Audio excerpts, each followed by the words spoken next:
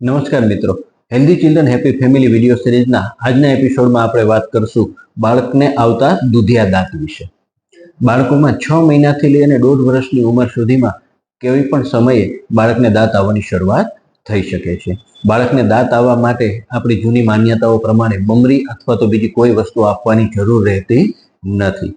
બાળકને પહેલો દાંત આવે ત્યારથી જ લઈ એની કાળજી આપણે બાળક માટે રાખવી જોઈએ. બાળકનો પહેલો દાંત ફૂટે ત્યારથી જ બાળકને આપણે બાળકો માટે વપરાતું બ્રશ આવે તેનાથી બ્રશ કરાવી શકાય, અથવા તો મલમલનું ચોખ્ખું કપડું આપણે આંગળીમાં વીંટાળી અને તે દાંત છે ક્લીન કરી શકાય. સવારે અને સાંજે એમ દિવસમાં 2 વખત ઓછામાં ઓછું બાળકના દાંત આપણે સાફ કરવા જોઈએ. બાળકના દાંત સાફ ના હોય, તેમાં ઇન્ફેક્શન થાય તો તેના દ્વારા મોં દ્વારા ઇન્ફેક્શન બાળકના શરીરમાં ફેલાવાની શક્યતા રહે છે. તેથી બાળકના દાંતની કાળજી ખૂબ જ અગત્યની છે. જો ક્યારેય પણ બાળકના દાંત પર સડો એટલે કે કાળું ટપકું અથવા ખાડો કે કોઈ પણ વસ્તુ દેખાય તો તુરંત જ દંતરોગ નિષ્ણાત ડોક્ટરનો સંપર્ક કરવો જોઈએ. Thank you.